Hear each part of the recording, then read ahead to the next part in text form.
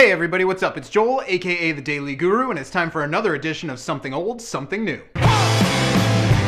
Today for Something Old, we're going back to one of the records I truly cannot live without. It's 1969, it's Isaac Hayes, it's Hot Buttered Soul. On many levels, referring to Isaac Hayes as only a music legend doesn't do enough justice to all of the different ways that he impacted the world of music. Whether it was his leadership or involvement in a number of seminal bands, his work as a producer, or his endless writing credit, there's no question that Isaac Hayes is one of the most important figures in all forms of popular music. And while he certainly never recorded what one could call a bad song, there's no question that this is his finest work. Once you hear these smooth, deeply funky, amazing grooves, they're the kind of sounds you can never forget. And it's also the slightly grittier sound that he brings to the soul movement that sets him aside from any peers. From the moment the album begins, it completely rewrites the book on what a soul album should sound like. And it's the way that the gorgeous string sections give way to some of the funkiest, catchiest hooks ever recorded. Along with that, you get an amazing sting, an amazing tone from the guitar, and the way it digs into the piano sound is like nothing else. This is music magic. And even while the shortest of these songs is still over 5 minutes, with most of them clocking in double digits, the overall mood, the spirit, the energy is never dropped, and you keep wanting more. Then of course you have the voice of Isaac Hayes, and it's the kind of voice that once you hear the raw, soulful style,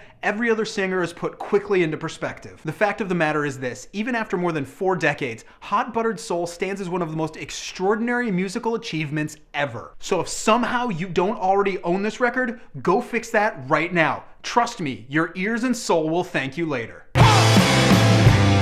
Today for Something New, we're going to check out one of the most highly anticipated albums in years. It's the brand new album from Van Halen, and it's called A Different Kind of Truth. That classic Van Halen sound is absolutely present throughout this entire record. That in itself is understandable because a majority of these songs were actually developed out of demo sessions that they recorded back in the 70s. And while David Lee Roth's voice is where you can most clearly hear the signs of age in this band, there's no question that he still has that energy, that youthful exuberance that's defined him his whole career. But when it really comes down to it, the biggest problems I have with this record are almost exclusively on the production side. I have no idea how the band let this album hit shelves in this condition. There's so many moments where these songs are outright awkward. They split David Lee Roth's vocals in very, very weird ways to a point where it becomes distracting. They also tend to double, sometimes triple his sound, and I cannot explain how much this ruins some of these songs. And as much as I know this borders on musical blasphemy, there are a number of points on the record where Eddie Van Halen's guitar is way too loud in the mix. It drowns out the rest of what's going on, and it throws the song completely off balance. Much like the vocals, there are a lot of pieces of different instruments that are also panned, and I can't say it enough. It just becomes distracting, and it makes no sense that when you have a rock and roll band like Van Halen in the studio, there's no reason to try any studio magic. Just let them rock and get out of the way. At the end of the day, you can't deny that these are rock and roll songs in their purest form, and due to that, it's a very refreshing sound in an era when the idea of rock and roll is almost becoming a thing of the past. So fear not, dedicated Van Halen fan who was concerned this album might ruin the band's legacy. It won't. It's not a bad record, but it's not great either. On the buy it or borrow it, this one's a borrow it. So that's what I got for you guys today. I hope you dug it. If you did, go ahead and click subscribe, go ahead and leave a comment, go ahead and click like, whatever you want to do. Remember that if you leave a comment here or you share this video via my Facebook page, you're automatically entered to win at least 4 of the albums I recommend this month at the end of the month. You can email me if you want at thedailyguru@gmail.com, and check out my website where every single day I'm talking about the greatest music of all time at thedailyguru.net. You can follow me on Twitter, Facebook, and Tumblr right here, and I'll see you guys again on Wednesday.